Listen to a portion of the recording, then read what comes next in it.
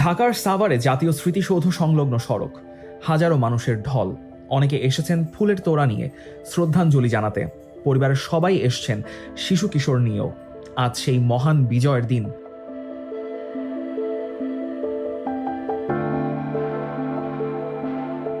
সকাল 6:30টার দিকে স্মৃতিসৌধে প্রবেশ করেন রাষ্ট্রপতি মোহাম্মদ শাহাবুদ্দিন। কিছুক্ষণ পর প্রবেশ করেন অন্তর্বর্তী সরকারের প্রধান উপদেষ্টা অধ্যাপক ডক্টর মোহাম্মদ ইউনূস।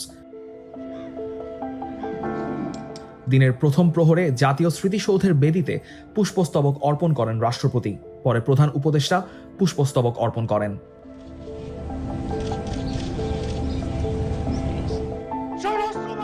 এ সময় সেনা, নৌ ও বিমান বাহিনীর একটি চৌকস দল রাষ্ট্রীয় সালাম জানান।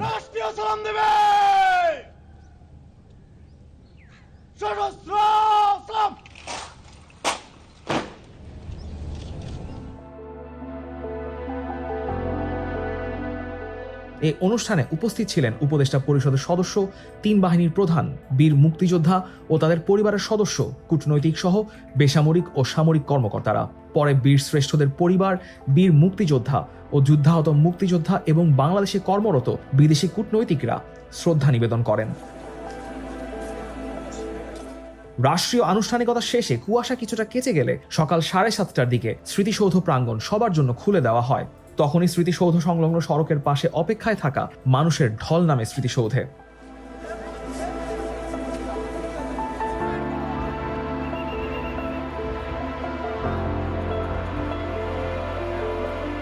বেলা বাড়ার সঙ্গে সঙ্গে স্মৃতিসৌধ প্রাঙ্গণ জমে ওঠে মানুষের ঢলে। নানা বয়স, নানা পরিচয়ের, ব্যক্তি থেকে রাজনৈতিক দল, শিক্ষা প্রতিষ্ঠান থেকে পেশাজীবী ও সামাজিক সংগঠন, সবার শ্রদ্ধায় ধীরে ধীরে ফুলে ভরে ওঠে স্মৃতিসৌধের বেদি। বিজয়ের এই দিনে পরিবারের হাত ধরে আসে শিশু কিশোরেরা। কারো হাতে উঠছে লাল সবুজ, কারো গালে কপালে আঁকা পতাকা, আবার কারো মাথায় পতাকা খচিত ব্যান্ড। মুক্তির আনন্দ যেন ছড়িয়ে পড়ে প্রজন্ম থেকে প্রজন্মে।